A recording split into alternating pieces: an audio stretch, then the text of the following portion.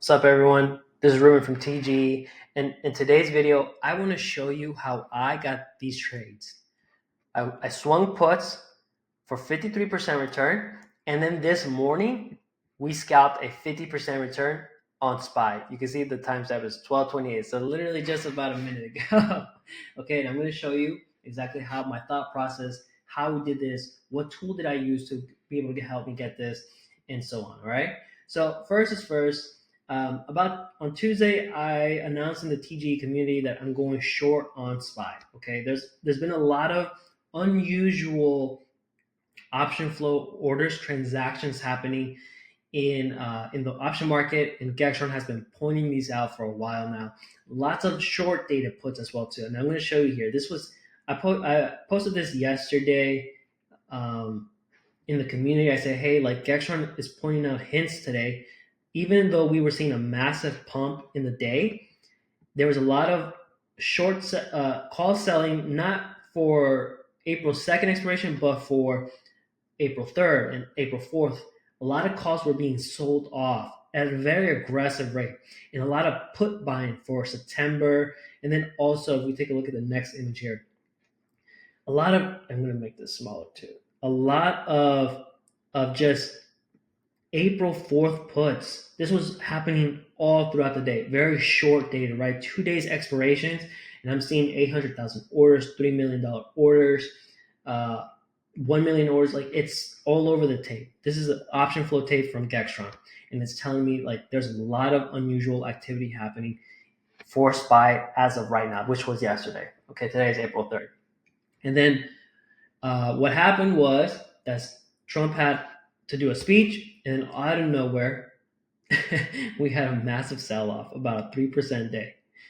Okay, a 3% day, and then we at open, we sold our puts right at open, 545. We sold that 53% return, right? That was a good trade. Okay, so what happened afterwards? How did I get the other 50% trade on SPY? And I'm going to tell you here. Okay, so that was it. Gextron first trade was signaling it with option flow data. So that's one great way of finding out whether the stock is being bullish, being on an option sentiment level, or bearish, right? The next thing that I was looking at is with Gextron is like for today, right at open. Well, not straight at open, but throughout the day, I calculated the expected move. Okay, so this is really important. First thing, when I first look at this, I say, okay, we're very bearish. I understand, but nonetheless, nothing goes up in one direction. It never goes in one direction. It never just goes up, and it never just goes down. There's always corrective points. Okay, and the thing is, like, if you're going to try and play a reversal, you're trying to figure out like where is that corrective point, where is that support, right? So you're playing the mean reversion trade. And so one thing that I was looking at too was key levels. So when you look at Gextron, where are the key levels? Where are major support and resistance levels?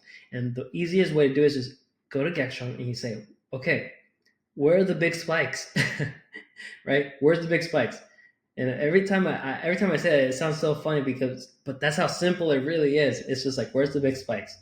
550, 545, 540, 535, very whole numbers, right? Okay, so these are key levels where there could be levels of support and resistance depending where price is coming from.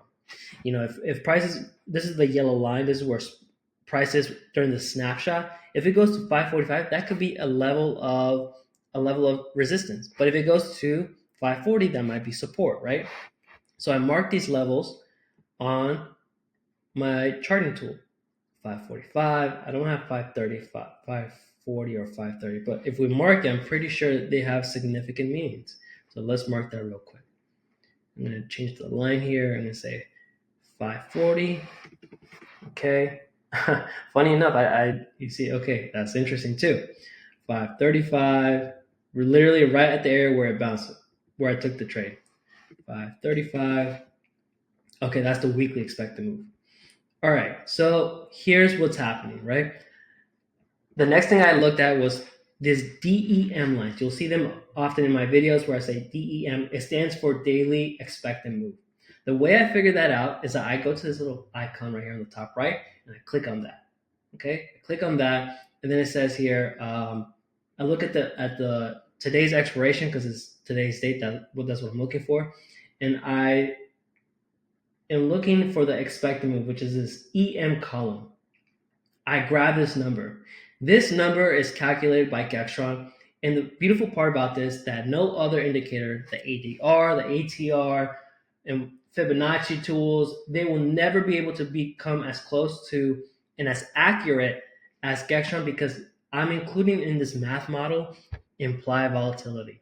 Okay, implied volatility is really, really important in the market. It's what is being forecasted where price may go to. Okay, so you grab this model, this number from Gextron, and then you add it to the spot price, whatever the price is during the current time that you're looking at, right? So I added and I subtracted, really simple math, and I came out to 553 to the top and 535 to the bottom. Oh, I'm sorry, not that's the WEM. 539.87 at the bottom.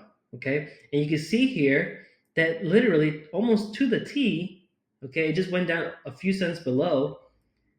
Price tapped into this area. Also, it being an AOI, an area of interest, that's what we call key levels.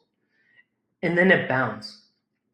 And so that is what helped me get this 50% return on SPY for 551 calls. Okay, it was just that simple. Now this is one DTE out, 1 day to expiration. Okay, but that was it. I wish there was more to it. It was more technical savvy, but it's not. And that's the thing with Gextron. It makes it really simple to just find key levels, to figure out what's realistic price targets. And you don't have to hit the price targets all the time. You just need to sell into strength, right?